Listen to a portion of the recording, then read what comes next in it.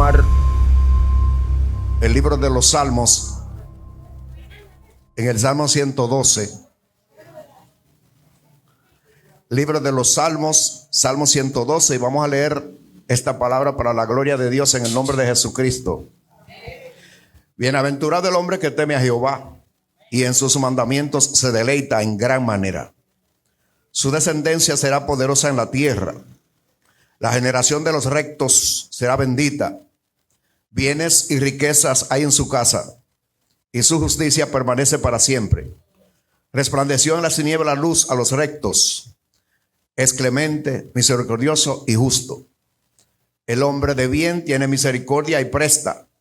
Gobierna sus asuntos con juicio, por lo cual no resbalará jamás. En memoria eterna será el justo. No tendrá temor de malas noticias. Su corazón está firme, confiado en Jehová.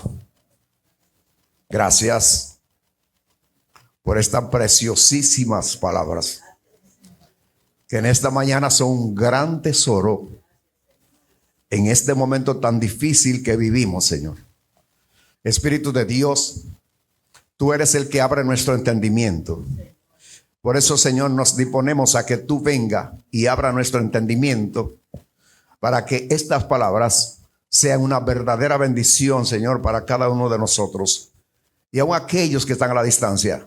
Espíritu Santo de Dios, toma el control absoluto de todo nuestro ser, espíritu, alma y cuerpo, y dirígenos en tu santa y bendita palabra. En el nombre de Jesús de Nazaret. Amén.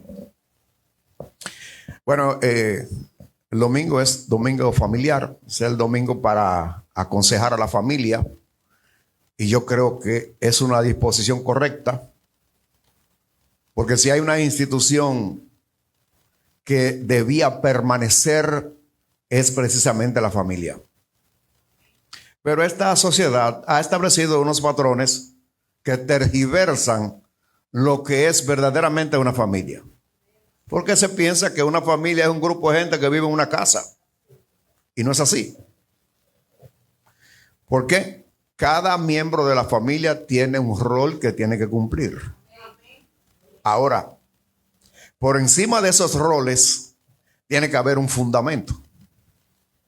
Y si el fundamento no es Dios de la familia, pueden tener todas las riquezas y todas las famas y no tienen una familia. Porque una familia es una comunidad. En una comunidad las personas no hacen lo que les da la gana. Si es un ciudadano de esa comunidad, él se va a ajustar a las reglas que rigen esa comunidad. Por esa razón, cuando nuestra familia no tiene como fundamento a Dios, lamentablemente va a pasar lo que está pasando ahora mismo. Que la familia se está destruyendo. Pero qué bueno que esta iglesia cristiana ha entendido claramente la palabra de Dios y entiende cuál es su función dentro de esta sociedad. Por eso se dispone el domingo como domingo de familia, domingo familiar. Ahora, conjuntamente con eso, esta iglesia tiene determinado los lunes altar familiar. ¿Cuánto están cumpliendo con esa regla de altar familiar los lunes? Bueno, hay 2. Si nosotros no hacemos eso, nosotros estamos contribuyendo a que la familia se destruya. Porque la responsabilidad de enseñar en la familia la palabra de Dios es de nosotros. Y cuando nos juntamos aquí entonces en la congregación, entonces si nosotros tenemos en la casa tenemos la disciplina de sacar un tiempo para Dios. Cuando nosotros venimos al templo, entonces es un grupo de familia, aunque haya uno solo, es un grupo de familia que viene a adorar a Dios en el templo. Y yo creo que cada culto que se da en el templo debe ser una bendición de Dios. Debe ser una visitación de Dios en mi vida y en mi familia. Porque si yo solo soy el que estoy aquí de mi familia, cuando yo llego a casa, esa bendición que recibí aquí la voy a compartir allí. Por eso es necesario que nosotros tengamos como fundamento real, no por fe, porque por fe tomamos cualquier cosa hipócrita. Por eso yo siempre hago la diferencia de ser un cristiano. Un cristiano no es por su nombre, ni por la religión que tenga. Un cristiano, el Señor dijo, por sus frutos lo conoceréis. Quiere decir que cuando en casa yo enseño la palabra de Dios, yo estoy construyendo una familia basamentada en el fundamento que va a mantener esa familia delante de la presencia del Señor.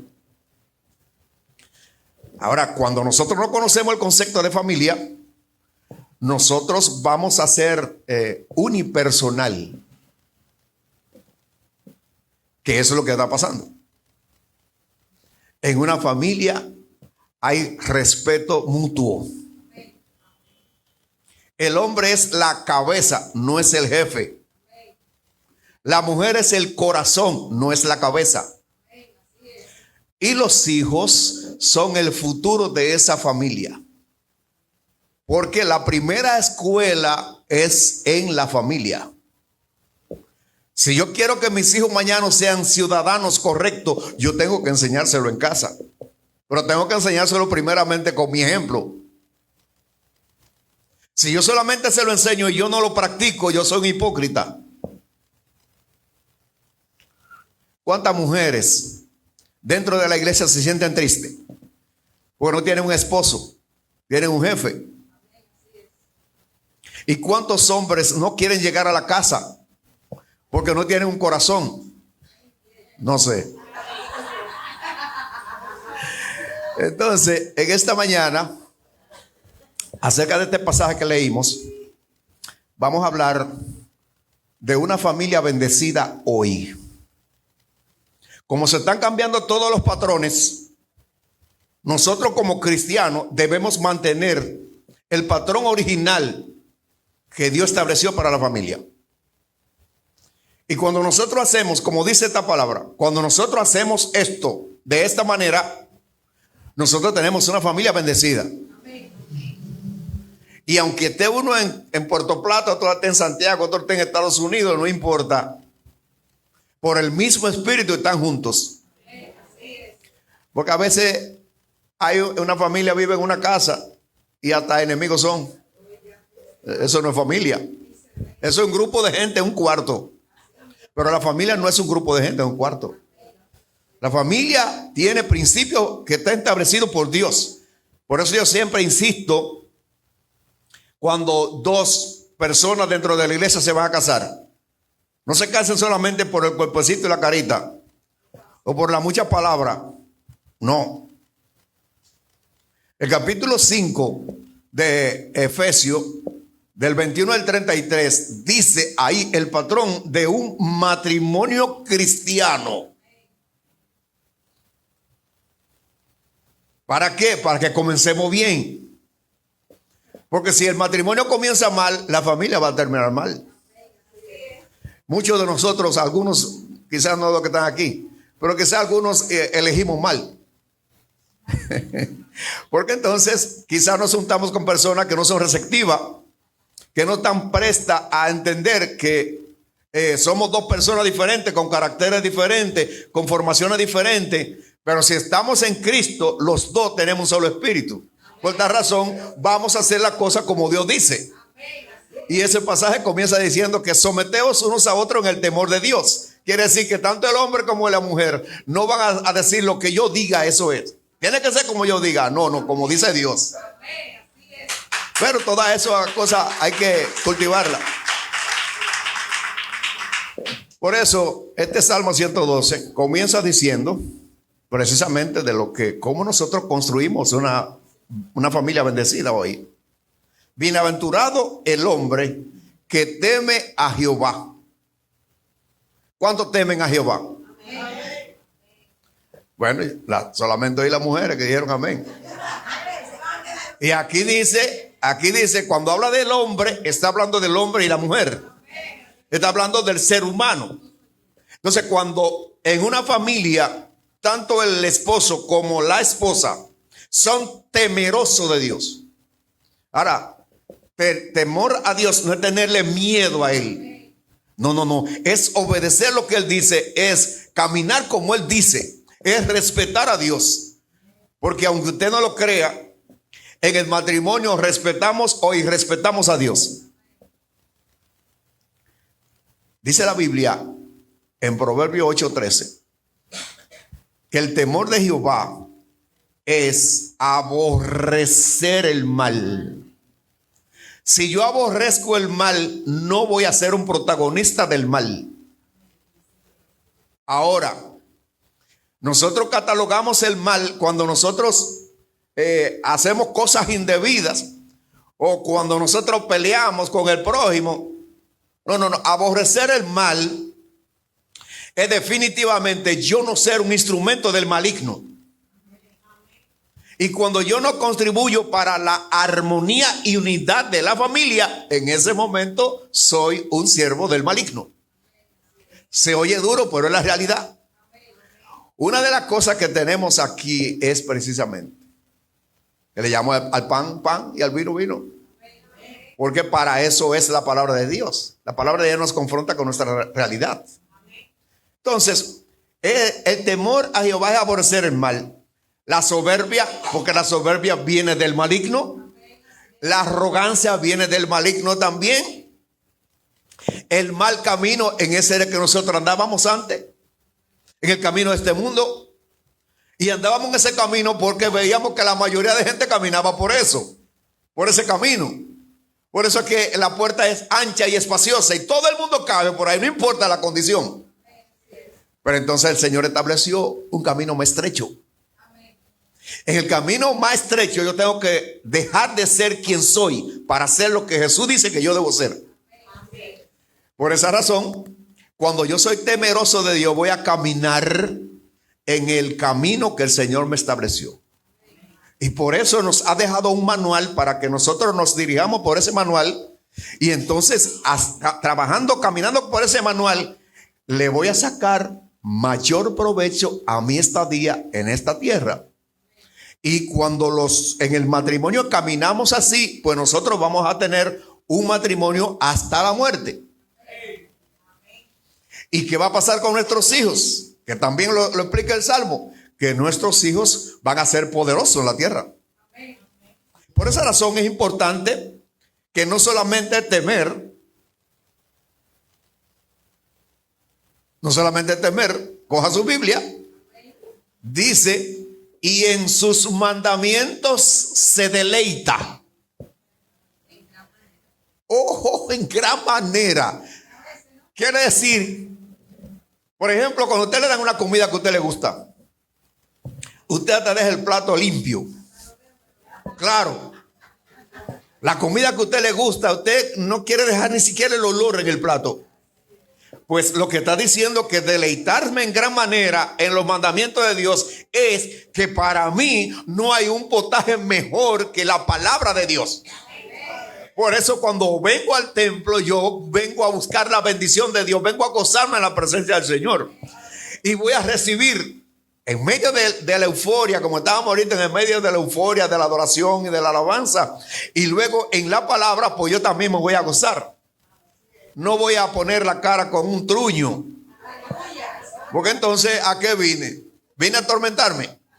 No, porque cuando venimos al culto, venimos a recibir el consejo de nuestro Padre.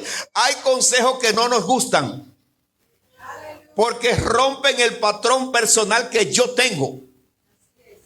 Entonces ahí es que viene el problema. Pero, gracias caballero, es usted un verdadero ciudadano del cielo. Esto yo debo entenderlo. Mira lo que dice el Salmo 34. Bendeciré a Jehová en algunos tiempos, o en todo tiempo. No hay absolutamente nada que me quite a mí el deseo de alabar a Dios, aunque el vecino me diga que estoy loco. Bendeciré a Jehová en todo tiempo, su alabanza estará. ¿Y qué significa eso de continuo? No importa lo que esté pasando en mi vida. yo voy a estar continuamente con una alabanza en mi boca. Mi boca no cantará otra cosa que no sea alabanza así al Señor Jehová. Cantando, dice, por las penas que haya en mi alma hoy. Nos seguimos. Entonces dice, en Jehová se gloriará mi alma, se enaltecerá mi alma, y lo oirán los mansos y se alegrarán. Van a decir, ¿qué es lo que tiene el vecino hoy? Que ha amanecido cantando, porque no canta ni en el baño, sin embargo amaneció cantando, alabando a Dios, precisamente porque el gozo del Señor es nuestra fuerza. Cuando nosotros en medio de las pruebas, nosotros alabamos al Señor, las pruebas se van acortando. Si yo me entristezco en medio de la prueba, mi prueba se alarga. Porque las pruebas es para yo entender lo que está pasando en ella. Y cuando yo entiendo lo que está pasando, que no es que yo soy protagonista de esa prueba, sino que yo soy un participante de esa prueba, porque en esa prueba el Señor está quitando de mí cosas que me impiden el crecimiento espiritual. Por eso me voy a gozar. Y Santiago dice que debemos gozarnos en gran manera, con gran gozo. Ahora, ¿cuántos cuando están en prueba se alegran en gran gozo? Pues sí. Entonces dice, engrandeced a Jehová conmigo. El salmista sabía lo que estaba diciendo. Cuando nosotros alabamos al Señor, no importando la condición como estemos, entonces en ese momento nosotros estamos engrandeciendo al Señor. Quizá el vecino dice, pero el vecino estará que se está poniendo loco, porque ¿cómo es posible? Mira, ver todo lo que le ha pasado, la familia se destruyó, mira, tiene 2 hijos en drogas y mira, su hija está en la prostitución. ¿Y cómo es que entonces él tiene la capacidad de estar adorando a Dios? Él no lo puede entender. Pero sí le choca esa actitud que yo tengo, no importando la situación que está pasando. Engrandeced a Jehová conmigo y exaltemos aún a su nombre. Entonces dice, vea lo que dice el salmista: busqué a Jehová y él me oyó. ¿Cuántos quisieran que Dios lo oiga? Pues yo también. Porque cuando él me oye, no solamente me oye, despacha lo que yo le estoy pidiendo.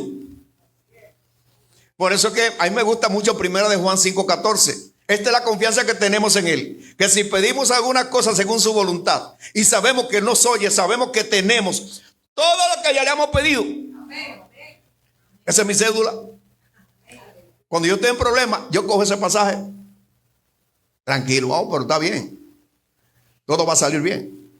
Y yo le puedo hablar de eso porque yo he pasado situaciones que creo que la casa se va a caer.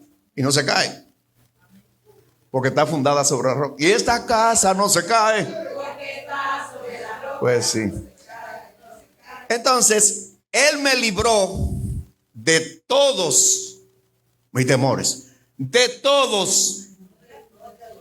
Nosotros tenemos miedo al futuro, tenemos miedo en el presente, tenemos inestabilidad en nuestra fe.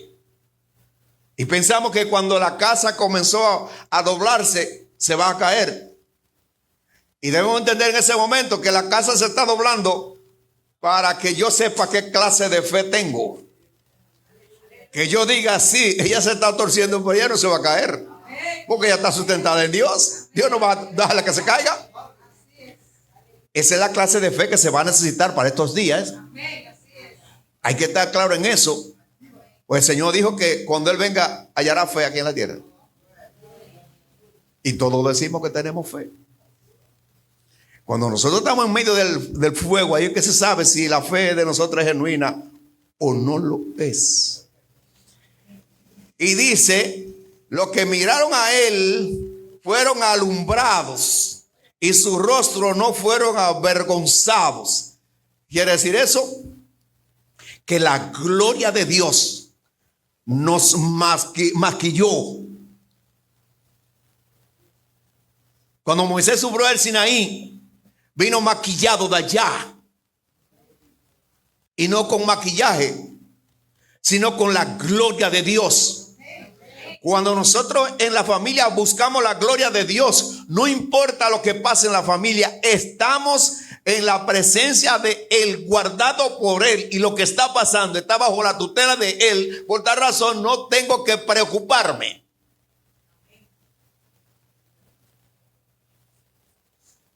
Ahora mire la primera bendición. Verso 2. Su descendencia será poderosa en la tierra. Cuando habla de poderosa, está hablando de poderosa en Dios. Si yo en mi casa, en mi hogar, en mi familia, yo enseño la palabra de Dios, yo oro con mi familia va a ser poderosa.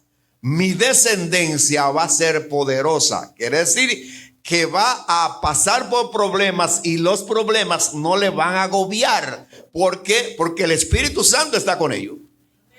El que lo sustenta es el Espíritu Santo de Dios. Y dice que la generación de los rectos será bendita. ¿Cuáles son los rectos?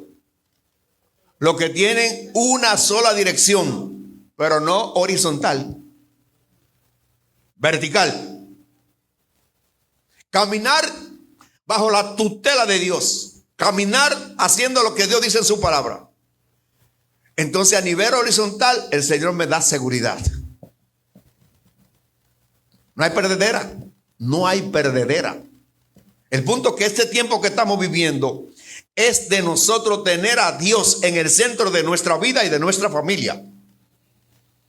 Yo recuerdo que en aquellos años, en los años 60, que no hace demasiado, había en cada casa, había en un rincón, un altarito.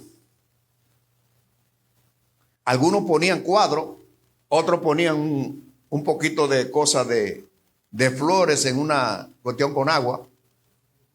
Pero los que eran idólatras, pues ponían una cosa de eso. Ellos no saben lo que hay detrás de todas esas cosas. Y yo recuerdo que a las 6 de la tarde nos reunían a todos frente a ese altarito a rezar. Pero como ya eso pasó de moda, ya eso no sirve.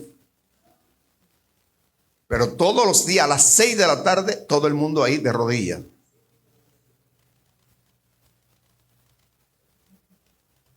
Hoy el cristiano tiene que hacerlo. Ya no tiene que hacer un altarito físico, pero un altar espiritual sí. Y cuando la familia se reúne, se sienta, por ejemplo, como está en esa silla, y se sientan todos ahí, y el cabeza de familia abre el culto con una oración, y luego el corazón de la casa, la mujer coge la palabra, y luego los niños comienzan a orar por las necesidades de la familia, por los proyectos de la familia, por el futuro de ellos mismos. Eso es una familia bendecida hoy. Porque hoy es difícil encontrar eso. Tenemos tiempo para todo, menos para Dios. Entonces, la bendición todavía continúa. Verso 3. Dice que bienes y riquezas hay en su casa. Bien, está hablando de bienes, y bienestar es una palabra compuesta. Bienestar quiere decir que bienes van a existir en la familia. Y de cuando habla de riqueza, de una vez nosotros pensamos en dinero. Y el dinero es lo secundario. Porque la verdadera riqueza es la espiritual. Por eso el Señor dice que hagamos riqueza en los cielos, no en la tierra. Porque allí ni entran ladrones ni la pollera tampoco. Entonces, cuando nosotros buscamos el rostro de Dios, nosotros estamos ahorrando en el banco del cielo. Entonces le podemos demandar a Dios, porque Él va a coger de lo que hemos ahorrado y nos trae esa bendición especial. Mi hermano, esto no cuesta nada. Buscar la bendición de Dios no cuesta nada, sino a la disposición. Dios está presto para bendecirnos conjuntamente con nuestra familia. Una familia bendecida Es una familia que tiene el favor de Dios. Es una familia que vive en gozo, que vive en alegría, que vive en libertad, que viven en anchuras espirituales y materiales también. Entonces, nos habla de esas riquezas espirituales y también materiales. Dice que hay, no dice que habrá. Quiere decir que cuando nosotros sacamos ese momentito familiar para Dios, en ese instante el Señor está enviando, depositando en la familia provisión, bienes, toda bendición celestial. ¿Vale la pena entonces el altar familiar? Y no cuesta un centavo. Y si usted no lo sabe hacer, pues aquí estamos preparados para ayudarle. Usted puede invitar a cualquiera de nosotros para que le haga un altar familiar en su casa y usted ya va aprendiendo, pero hay que hacerlo. Hay que hacerlo porque una de las instituciones que está siendo más atacada por el maligno es la familia. Porque si él destruye a la familia, pues se le hace más fácil el trabajo de la sociedad. Mire lo que está pasando con estos feminicidios. Con estos feminicidios, esos niños que quedan huérfanos, ¿qué va a pasar con ellos? Y esos niños que han sido testigos presenciales de la muerte de su madre delante de ellos, ¿qué va a pasar con ellos? Y si nosotros entonces a esos niños no le damos el auxilio de enseñarles que el ser humano es así, lamentablemente el ser humano sin Dios es así, para que él esa situación no se le siembre en la cabeza y de ahí para adelante él crezca con una baja autoestima o crezca con una disposición de venganza. Pero eso comienza en la casa. Y dice que su justicia permanece para siempre. ¿Cuál justicia? La justicia de Dios que él practica. Debemos practicar la justicia de Dios. Porque debemos vivir como un justificado. Y la palabra nos enseña en el capítulo 2 de Primera de Pedro, nos enseña cómo vive un justificado. Comienza a desechar cosas y a desear otras. Entonces sí, esa persona está caminando como justo. Dice que su justicia permanece para siempre, eternidad espiritual. El verso 4 dice, resplandeció en la tiniebla luz a los rectos. ¿Cuándo sucedió eso? Cuando Jesús fue engendrado por el eterno Dios. El pueblo que andaba en tinieblas vio la luz. Entonces usted y yo tenemos la luz de Dios. Por tal razón las tinieblas no pueden arroparnos, la oscuridad tampoco. Y las tinieblas es la maldad. La oscuridad es la ignorancia de lo que dice Dios. Entonces ninguna de las dos deben estar, que van a ser manifiestas en estos días finales. Porque tiniebla y oscuridad van a cubrir las naciones. Pero sobre ti amanecerá Jehová. ¿En cuánto amanecerá Jehová? ¿Y en cuánto le ha amanecido? Pues sí. Pues tenemos que estar claros en eso. Ya amaneció en nosotros cuando vinimos a Jesús. Por tal razón no andamos a tientas. Ni tampoco la oscuridad y las tinieblas son las que guían nuestros pasos, sino a la luz de nuestro Padre Celestial. Ahora fíjese entonces, el verso 4 dice, ¿quién tiene esa cualidad? ¿A quién se dotó de esas cualidades? Entonces, a Jesucristo.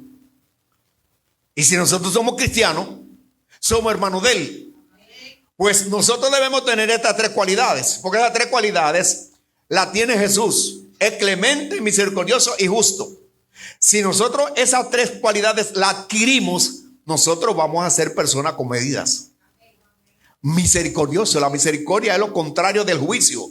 Por tal razón no enjuiciamos a nadie, ni siquiera a nuestros hijos. Entonces esto yo debo comprenderlo a cabalidad.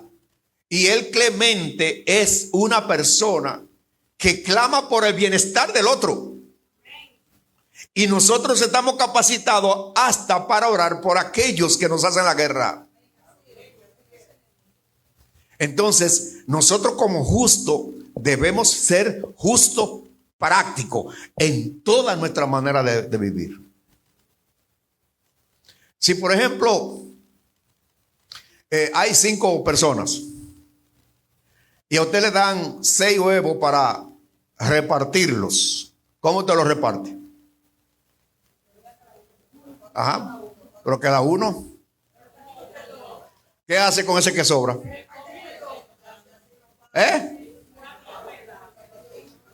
Se le da uno a cada uno, punto. El que queda entonces es mío. Pues yo soy secto. Ahora yo lo que no puedo darle a uno, el que está más cerca de mí, por ejemplo, ¿cómo yo le voy a dar a Chicha? Le voy a dar 2 y le voy a dar a la hermana Euclesia 1. ¿Por qué?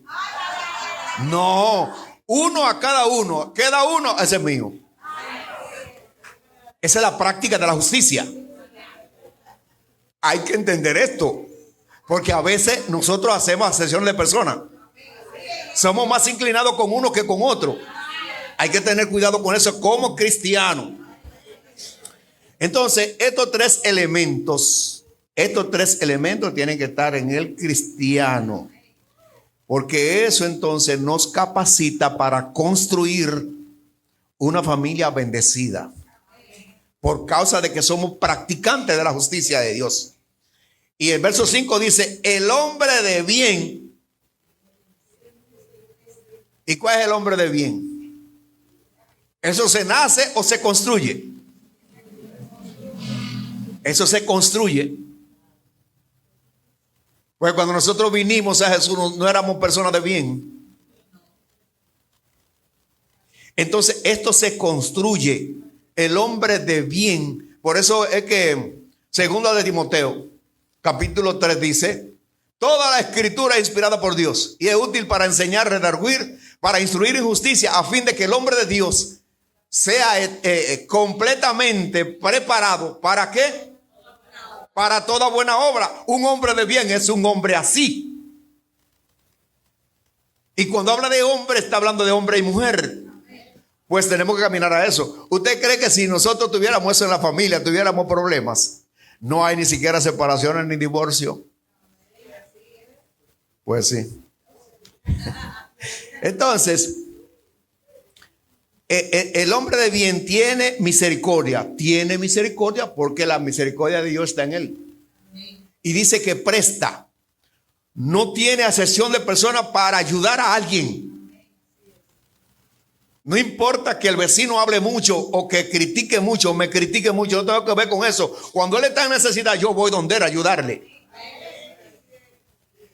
Hace falta eso hoy. Nuestro cristianismo tiene que ser manifiesto y debemos manifestarlo en la familia y en el vecindario. Cuando el vecino está enfermo, yo soy el primero que voy a ir. Vecino, ¿cómo se siente? Hay que llevarlo al médico, vamos arriba. Aunque él sea enemigo de nosotros, en ese momento lo que nosotros tenemos que hacer es practicar la misericordia, porque él está en una necesidad. Por eso yo en los lugares que he vivido, yo no he tenido problemas con un vecino nunca. ¿Por qué? Porque entiendo que el vecino es el primer familiar. Cuando la familia viene a llegar, ya el vecino se movió y llevó a uno al hospital. No sé. Ahora dice, la segunda dice, gobierna sus asuntos con juicio. Quiere decir, él no autodetermina. Él busca la dirección de Dios para todo lo que vas a hacer. Él no juzga a la ligera. Dice que gobierna sus asuntos con juicio. Tiene control de su vida y su familia. Y cuando le hablo de control, es el control que Dios ha dispuesto para que yo guíe a mi familia, no el control mío. Porque a veces nos convertimos en trujillos. Aquí hay que hacer lo que yo diga. No, eso no es así. El cristiano que diga eso no se ha convertido nunca. Puede ser evangélico, pero nunca se ha convertido. El cristianismo es práctico, el Señor mismo lo dijo. El Señor dice, por su fruto lo conoceréis. Y a quien yo debo mostrarle ese fruto es a mi familia. Ahora, debemos entender que un hogar está compuesto por los padres, primeramente por los esposos, luego los padres, los hijos. Todos no vamos a pensar igual. Pero el cristiano, cuando llegó el momento y ha buscado toda la manera de solucionar los problemas y el problema no se soluciona y la persona insiste en la separación, hay que dejarlo hasta ahí. Hay que dejarlo hasta ahí, porque ni Dios obliga. El hombre dominicano no está capacitado para eso, para la separación, porque le hiere su orgullo si ve a la mujer con otro hombre. Pero no somos dueños de ella, es nuestra compañera, hasta que ella piense que podemos caminar. Si no podemos caminar juntos, dice la Biblia, andarán dos juntos si no estuvieran de acuerdo. Entonces, si no nos ponemos de acuerdo como dice Dios, pues lamentablemente se va a quedar hasta ahí. Entonces, gobierna su asunto con juicio, porque la sabiduría de Dios está en él. Por tal razón, toda decisión la lleva a la presencia de Dios. Para allí, Señor, preguntarle. A veces yo le digo a los jóvenes, cuando usted se enamore, no espere que Dios le va a buscar a la novia. Usted la tiene que buscar. Ahora usted lo que tiene que hacer es presentársela a él. Pero él no le busca novia a nadie. Ahora lo que pasa es que ahí interviene mi decisión. Yo me enamoro de Juana. Y yo, Señor, ¿qué tú crees de Juana? Es una buena muchacha. ¿Qué tú crees? ¿Qué tú me dices? El Señor puede no contestarme nada. Y el Señor puede decirme a mí, bueno, tú eres el que sabe. Cuando sucede eso, ¿qué yo tengo que hacer? Echar para atrás. Él no me dijo que sí, ni me dijo que no. Pero no podemos coger el refrán que dice que el calla otorga, porque eso es lo que pasa, que nosotros pensamos que ese refrán hay que aplicárselo a Dios. No es así. Yo tengo que conocer el silencio de Dios cuando Él no contesta. ¿Por qué no contesta? ¿Qué me está diciendo? Yo debo tener discernimiento. Porque si la sabiduría de Él está en mí, pues yo debo entender qué es lo que significa ese silencio.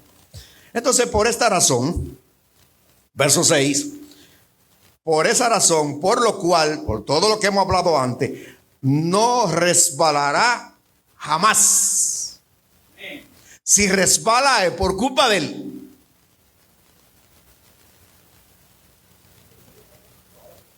Eso hay que entenderlo. Porque usted puede resbalar y no caerse, como puede resbalar y caerse. No se cayó bien, gloria a Dios. Pero si se cayó, tiene que aprenderse a levantar. Y después que usted se levanta de ahí, va a andar con mucho cuidado. No importando el terreno que esté caminando, va a andar con mucho cuidado. Por eso es que todo debe llevarse a la presencia del Señor, preguntarle a Él.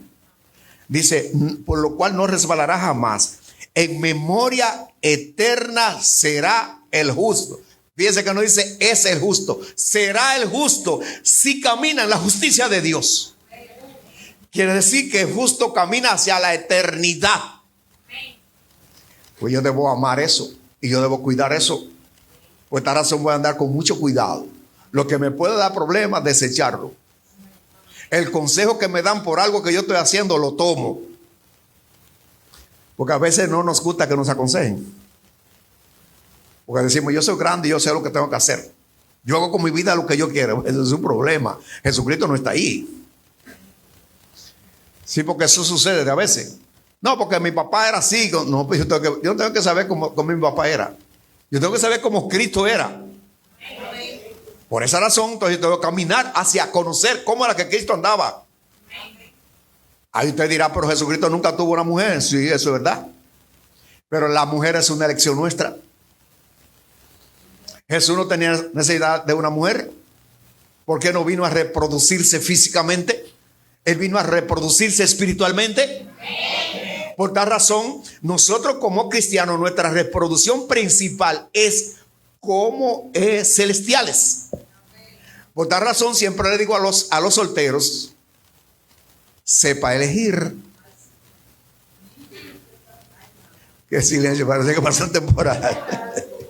En memoria eterna será el justo. Dice el verso 7, no tendrá temor de malas noticias. No es que no van a venir, van a venir.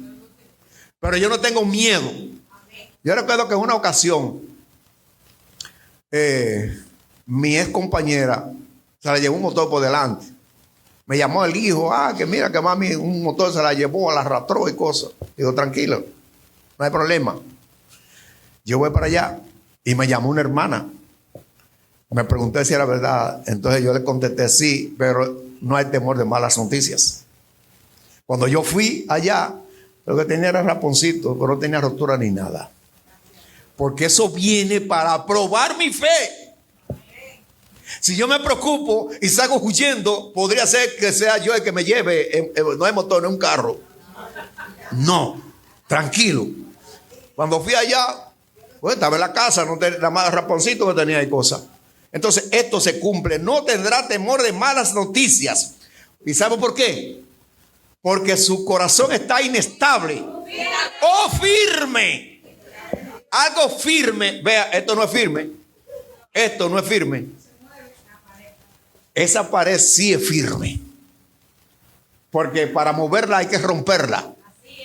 Entonces lo que está diciendo es que el corazón está firme en Dios. Lo que Dios dijo se va a cumplir. Por esta razón no voy a temer absolutamente nada. Y dice, confiado. ¿Cuántos están confiados en Jehová? No conteste de una vez. Piense primero. Piense primero. ¿Por qué? Porque nosotros en la euforia de nuestra creencia en Dios decimos amén a todo. No, esto no es para decir amén. Esto es para averiguar. Estoy yo confiado en Dios. Si Dios se lleva a la mujer, estoy confiado firme en Dios. Si un hijo mío se muere, yo no voy a preguntarle a Dios por qué se murió. Confiar en Dios es que mi confianza es Él. Lo dice Jeremías 17.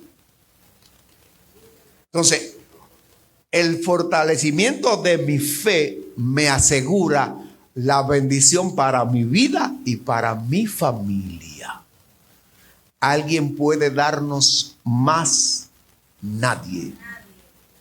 Solo en Jesucristo nosotros tenemos la bendición total de Dios. En este tiempo de tantas ambivalencias y tanta apostasía, nosotros debemos tener una fe firme. Aunque un ejército acampe alrededor de mí, no temeré mal alguno, porque yo estaré confiado en Dios.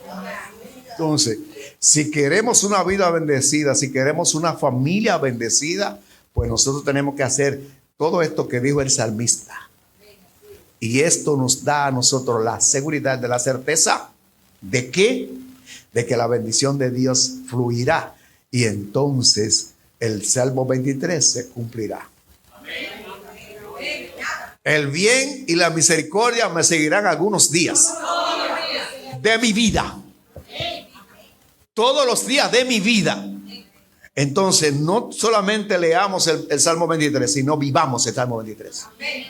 Si Él es mi pastor, yo tengo que ser su oveja. Si yo soy su oveja, pues todo bien me vas a seguir. Y lo voy a seguir a Él, porque sus ovejas oyen su voz y lo siguen. Y cuando seguimos a Jesús, ya nuestro patrón de vida no está en mí. Es el patrón que Él me estableció a través de Jesucristo. ¿Queremos una familia bendecida? Tomemos todos estos elementos y viviremos felices en medio de esta tempestad. ¿Alguna pregunta? ¿Algún comentario? Este es el momento.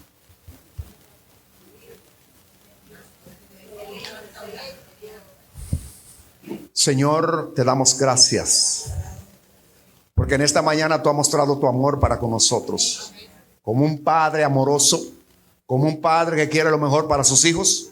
En esta mañana tú nos has aconsejado, nos has trazado las pautas que nosotros debemos caminar para tener una familia bendecida, para tener una vida bendecida, para que así entonces podamos bendecir a otros. En el nombre de Jesús de Nazaret te damos gracias por todo lo que nos ha hablado, Señor, en esta mañana. Y te pedimos, ayúdanos a que nosotros no solamente hayamos oído estos elementos, sino que nosotros lo pongamos en práctica para que veamos la bendición familiar de manera palpable y podamos entonces mostrarle al vecino que verdaderamente cuando tú eres nuestro fundamento, nuestra familia es feliz, unida, victoriosa, próspera, segura en ti, Señor. Gracias yo te doy por darme la oportunidad de compartir con mis hermanos tu santa y bendita palabra. Ayúdame a seguir hacia adelante. Dame salud para continuar predicando tu evangelio, para que sigamos gozándonos en tu presencia. Te damos gracias, Señor, en el nombre bendito y poderoso de Jesús de Nazaret. Amén y amén. Dios le bendiga y nuestro pastor.